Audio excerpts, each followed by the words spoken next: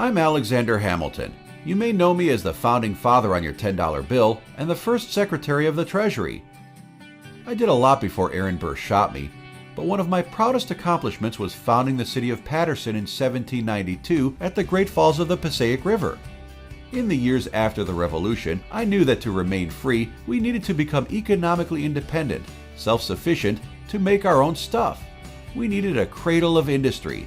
So I traveled 15 miles west of New York City to locate New Jersey's first corporation, the Society for Establishing Useful Manufactures, or SUM for short. The SUM would attract investors and labor to Paterson, which would become the first planned city of innovation. We had to find a way to harness the power of the Great Falls, the second largest waterfall by volume east of the Mississippi River. To be clear, it's not the falls themselves that provides the power, but the water drawn from the river before it goes over the falls.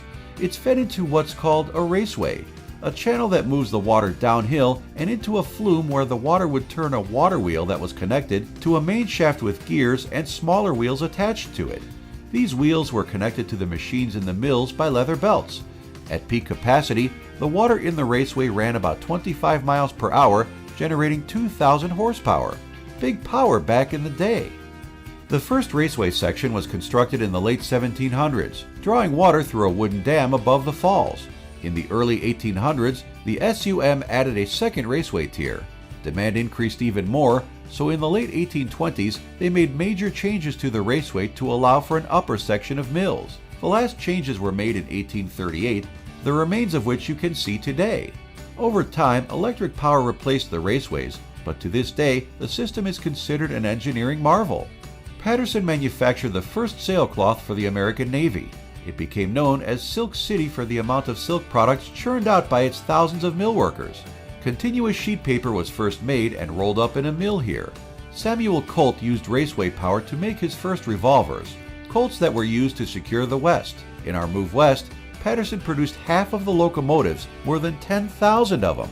The number 119 locomotive made here was used to connect the Transcontinental Railroad in Utah at the famous Golden Spike ceremony of 1869.